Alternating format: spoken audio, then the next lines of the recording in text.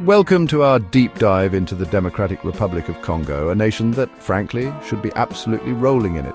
We're talking staggering mineral wealth, enough potential hydroelectric power to make Elon Musk blush, and enough arable land to feed half the continent.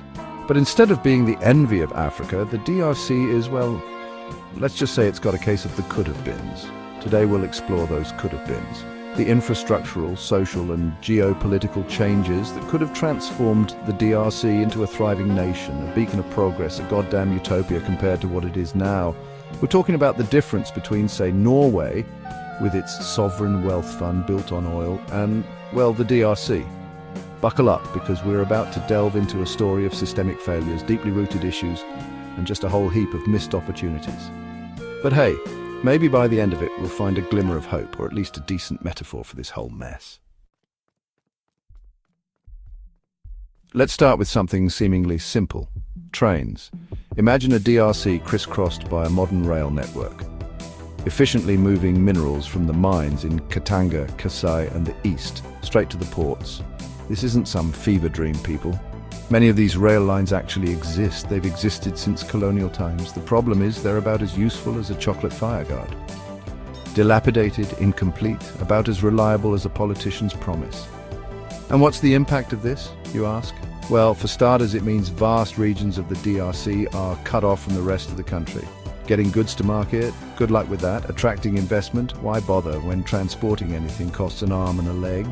It's a self-inflicted wound, really, this reliance on expensive, inefficient transport, often controlled by foreign companies who are more than happy to take their cut. A proper rail network could have been a game changer. Instead, it's a constant reminder of what might have been.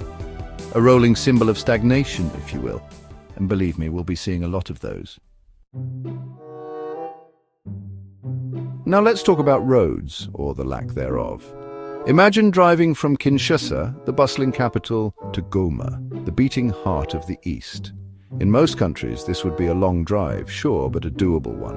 In the DRC, pack your sense of adventure, your malaria pills, and maybe a spare tire or 12. You're in for a bumpy ride.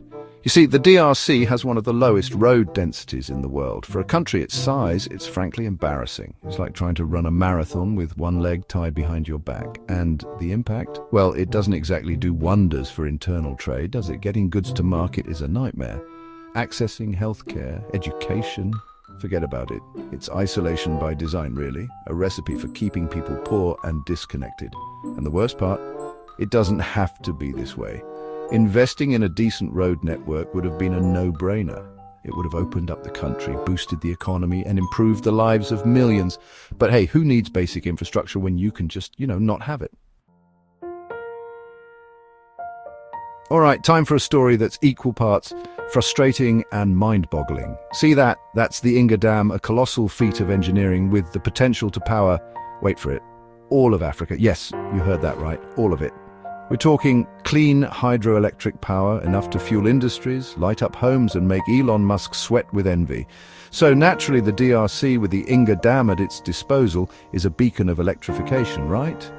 Well, not quite. In fact, most of the country still lacks access to electricity. It's like having a winning lottery ticket and then using it to line your birdcage. The potential here is staggering, but the reality is just bleak. And the impact, well, it's holding the entire country back. Industrial growth, stifled quality of life, poor. Technological advancement, forget about it. The DRC should be a powerhouse, but instead it's an energy-starved nation sitting in the dark right next to the world's most powerful battery.